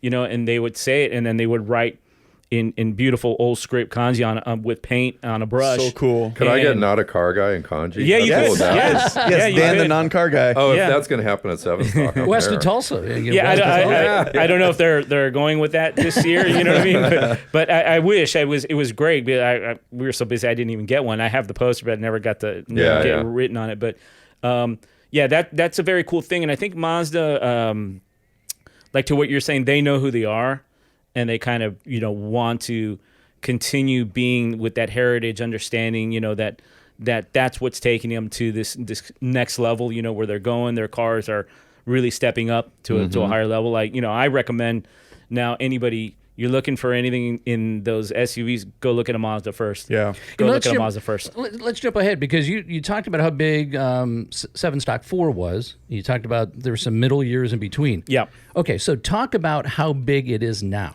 And when is it? So that way, folks who've been listening to this, we get them all fired up. They're now converts. They're They gonna want to show up come to this year. SevenStock. Yeah, for they sure. want to come to SevenStock. How big is it? Where is it? When is it? All right, so the size is really, I want to say, has not increased as far as the vehicle counts. We go anywhere from 400 to 600 vehicles. Still big, man. It's still pretty big. What the enthusiasm has really come up is on the vendor side of things. The many more different Rotary type vendors that supply anything for Rotary vehicles. They come from Canada. They're coming from overseas. Last year that we did it at Irwindale. Great partnership with Irwindale Speedway. The guys over there just really took care of us. I was a little worried because Irwindale tends to be a big parking lot, and so we were trying to look for a vibe. I was able to kind of accomplish what I wanted with tents and doing some things. So, and we heard very positive comments on. There was one gentleman on YouTube. He's like, I hate coming to car shows at Irwindale. They're all the same. And he goes, but I really enjoyed this thing. I went to many car shows at Irwindale to kind of soak in what was happening. And unfortunately, what happens, it kind of ends up being a swap meet environment. Right. And I wanted to really not make this a swap meet environment. I Yeah. really wanted to do some things. So we use tent structures. We use some stuff to break up the lines. We kind of bring the whole event area with the vendors and kind of framed it and gave it this kind of more intimate feel because Irwindale can be quite big. We still had that whole other parking lot, but we're like, I just need to make it happen. So, yeah, so SevenStock goes from 400 to 600 vehicles at any given event, depending on what's happening in the world, I would say. Gas is not cheap, and people driving out from other states sometimes, it's a little bit hard. Our longest visitor drove an RX-8 out from Rhode Island one year. Wow. And, Crazy. And he Wow. actually did a video log the whole trip there and then the whole trip back. He That's kind pretty of cool. took it. So, That's yeah, pretty drove cool. an RX-8 from Rhode Island. We've had people drive out from Florida. And there's caravans that always come from the Southwest, especially Phoenix. There's about 30, 40 cars always come out from Yeah, those that's guys great. come out strong. yeah. So usually Texas people, if there's a few, they'll join up. New Mexico people, and then they end up joining up with the Arizona and then you get these caravans of cars coming That's across. exciting. Another thing I'll say too, the difference at Irwindale doing a show at Irwindale with SevenStock versus the other shows is the staging. And I got to witness this last year because I help sometimes with the parkings for the, because every group of cars, the RX-8s, the RX-7, FC, FD, they're on different sections. But the way it's set up, they're not just like stacked. We gave a lot of space. We always like to give breathing space. and because people want to take pictures of Yeah, the yeah, cars, sure. but also the angle with the car sits, and then what your view is of the show. If you're looking at it from a big wide angle view, what does the show look like? Yeah. Because I've taken photos at the event since I started going, and whenever I get up on the stands or whatever, you have a cross section view, and it's not like this like uniform parking lot. right. It's like there's like a design to it, whether it's on purpose or not. Yeah. It has this design and flow, and I think that also helps to it. I didn't think about that until you look back. Yeah, I and compared was, to other events. On that, Dan, I've been very conscious, and I think I've told Gabe about that with the team. It's like what happens on the ground that day is going to happen. It goes through. It's what lives on in socials and in before the magazines and stuff. So I always had a challenge to look at things to say, what does this pageantry look like? What does it look like in the picture? My biggest challenge was Willow Springs. We did it at Willow Springs one year, and Willow Springs, there's nothing. That's the desert, man. Yeah. There's nothing. I go, man. Tumbleweeds and sand. I've seen it. It's going to look like a parking lot of just cars out there. And they wanted me to do it as you drove in, usually the east and west lot. And, they go, well, do it up here at the top lot. I looked at it and go, no, that's not going to work. So we went down to the other lot, which is nothing. Like you said, big desert out by turn one, all that out there. And I said, okay. I walked all the way up the paddock and I looked down the paddock. And I said, you know what? This is going to be like a Formula One paddock of old, where they had all that pageantry and all the cars and the people. I go, I want people to look down this whole lane all the way down to like turn one and just see something. And it worked out really well. It kind of went that way. We did put up 2 or 3 big tent structures to break up that parking lot, because if not, like you said, it would have been just desert. So I think on that side of things, on logistics side, we're always looking at, we need this to look okay. I need it to live on, though, in whatever media is going to be taking videos now, obviously, and stills. And I think we've done a pretty good job. Gabe being a photographer, and Gabe came and gave us a different perspective to the event. He started taking pictures of people, of moments. And Gabe sent me a couple great pictures that he took of myself and the staff, and they were black and whites, and they were just awesome.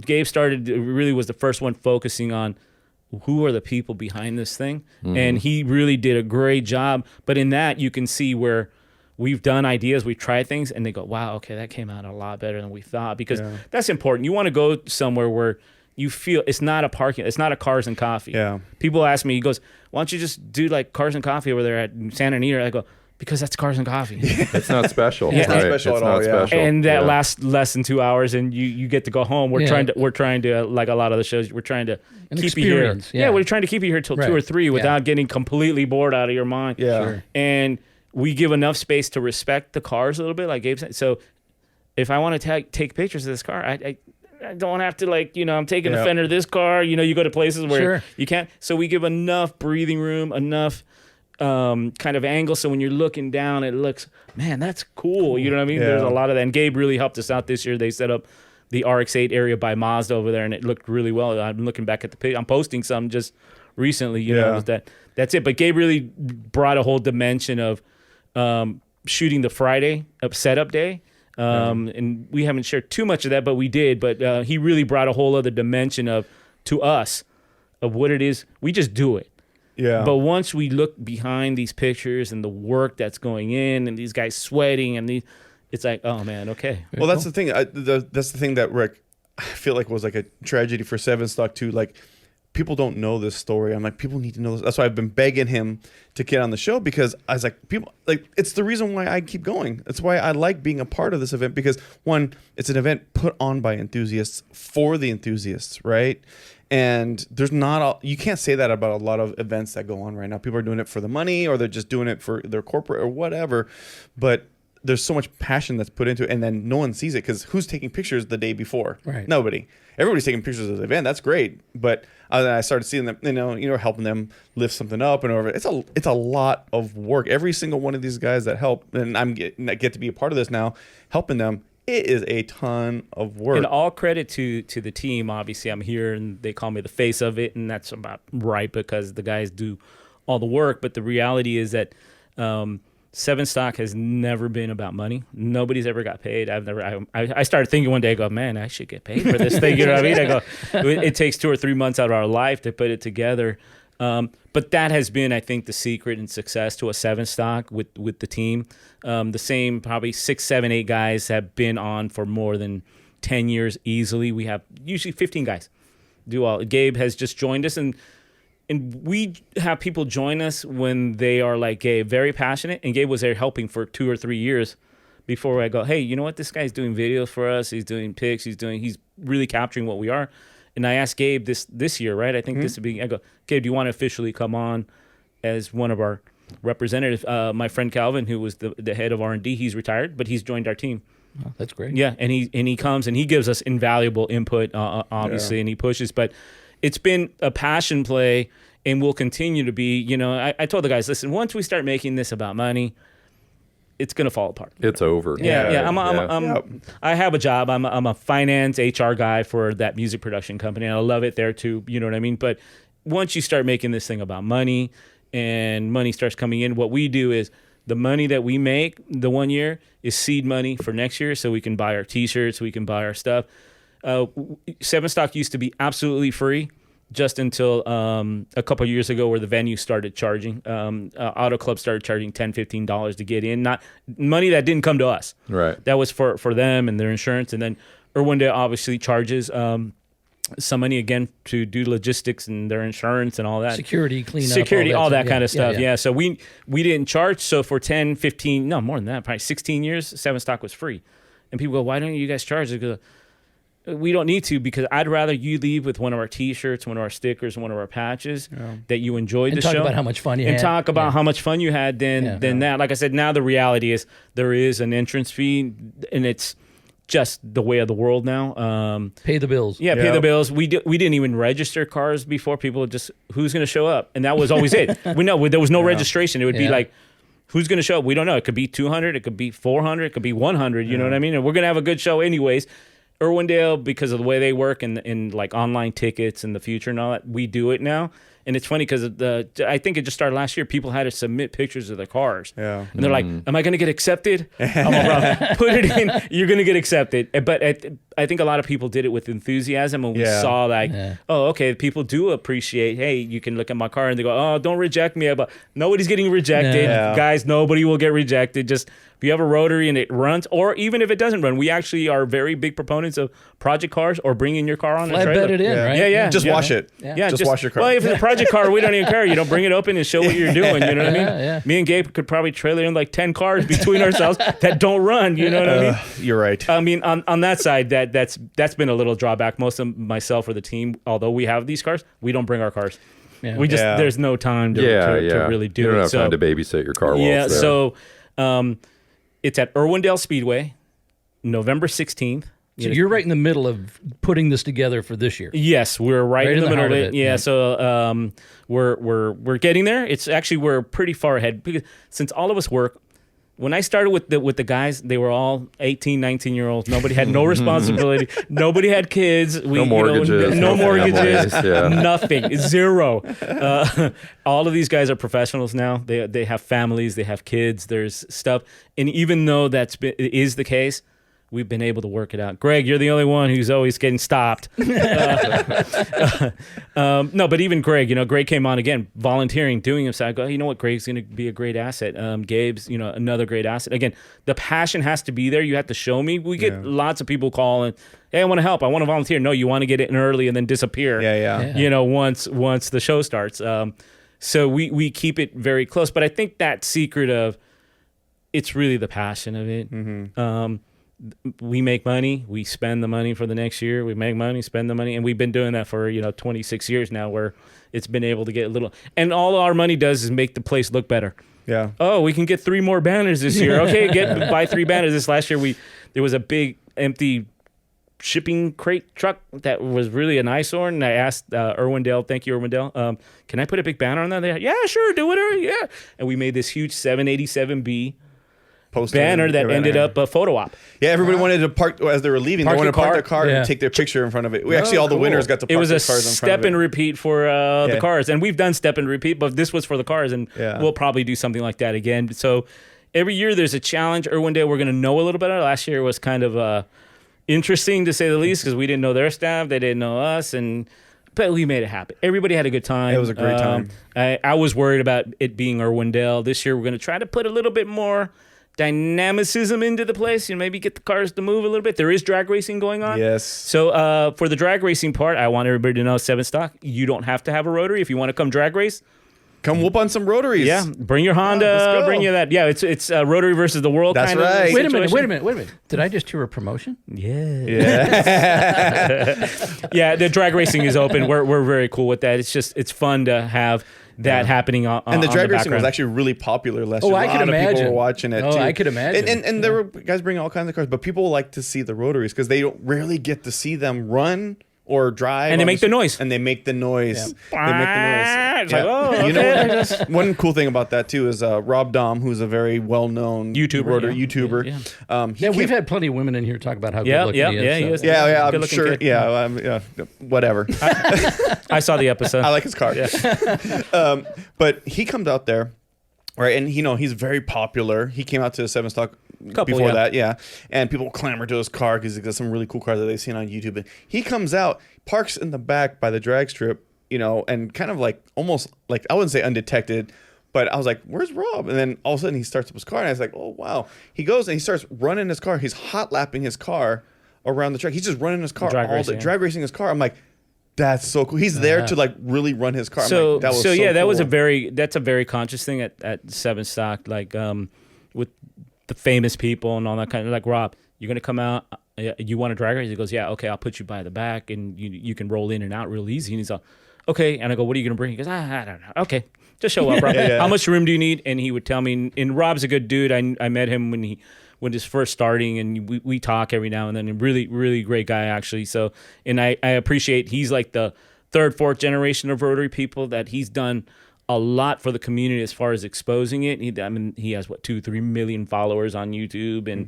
his videos are popular all over the world. And I just appreciate that here's a young guy, again, caught the Rotary bug and has made kind of a living. I know he works even for Top Gear now and does some stuff like that. So he's doing it.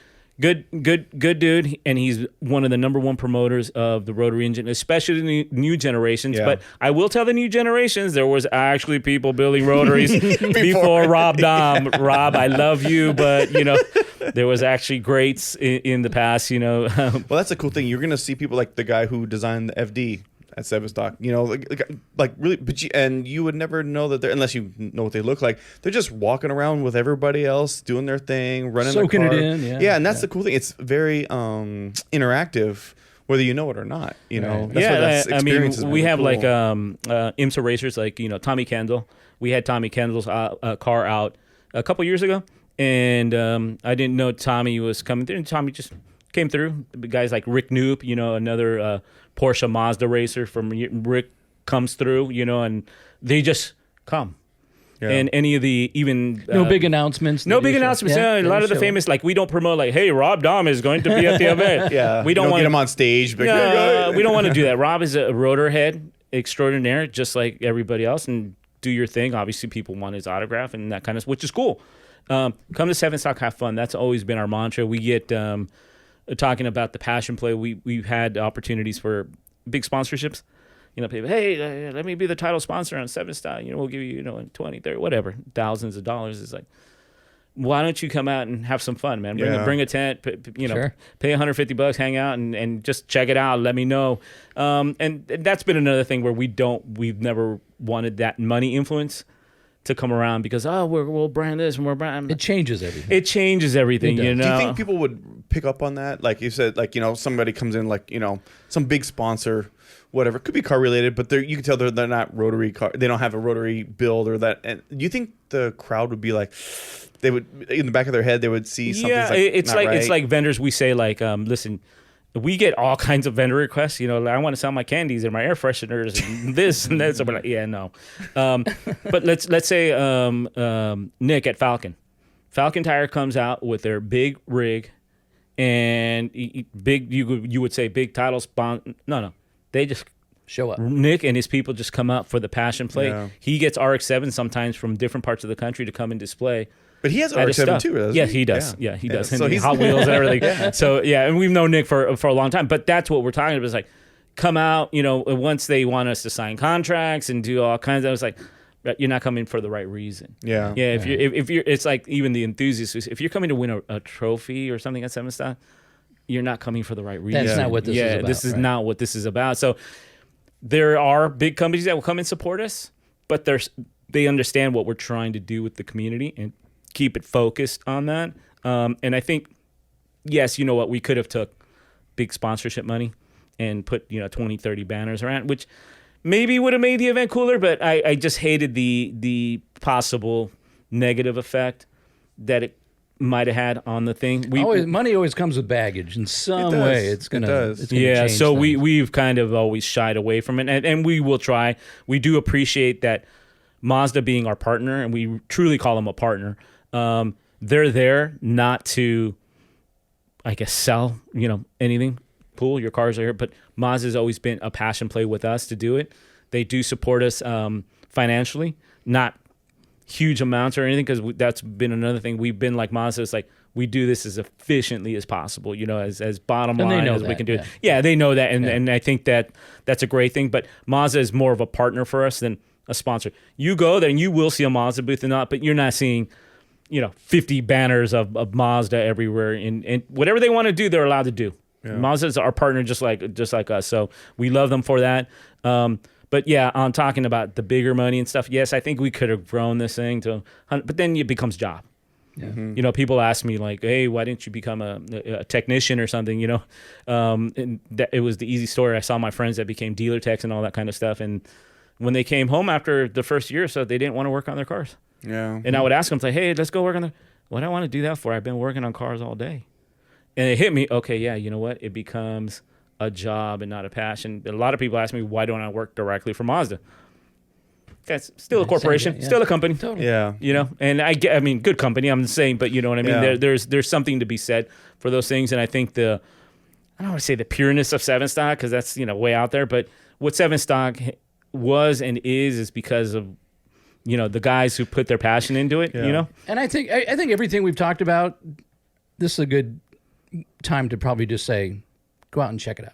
Yeah, come and check it out. Go out and see. You get your own vibe. Go out and check out the show and enjoy it. Absolutely. I was told about it for a long time, and when I went, it was beyond what I ever expected for the first time. Especially when you hear the Mazda factory race cars start up. Any one of them. Name any one of them. It's so unique. And even some of the guys that with their private builds, there's guys that come out. Some guy came out, Lester from Texas, with the 4-rotor. Yeah.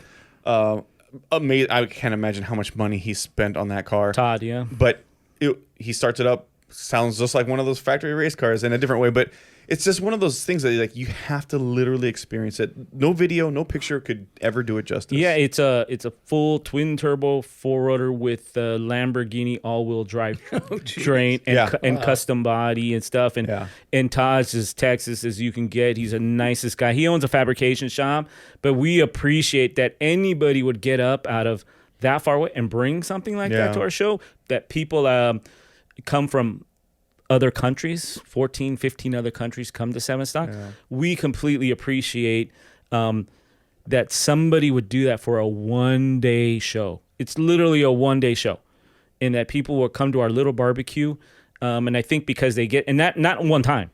Once they come, they continue to attend. And we love that. Again, Saturday, November 16 at Irwindale Speedway. Tickets are available on site. Just follow us on the socials. Yeah. You know, as SevenStock at Instagram is probably our best vehicle right now to kind of check out what's happening. And you can buy tickets from the website. Yeah, you can buy from the website. You'll see the information on there if you want to be a vendor. We always fill up vendor spots, and they're filling up right now. So, and again, Rotary related. It's probably the most Rotary related focus show anywhere in the world, including the vendors and stuff like that. And it's a unique experience, and we hope that if you get out, you know, that you really also enjoy the cars, but the people. Yeah. That's one thing that you're going to notice at SevenStock, the people. It's a whole different vibe there. So check it out, and hopefully, if you go out there, you get a green ribbon, right? Yeah.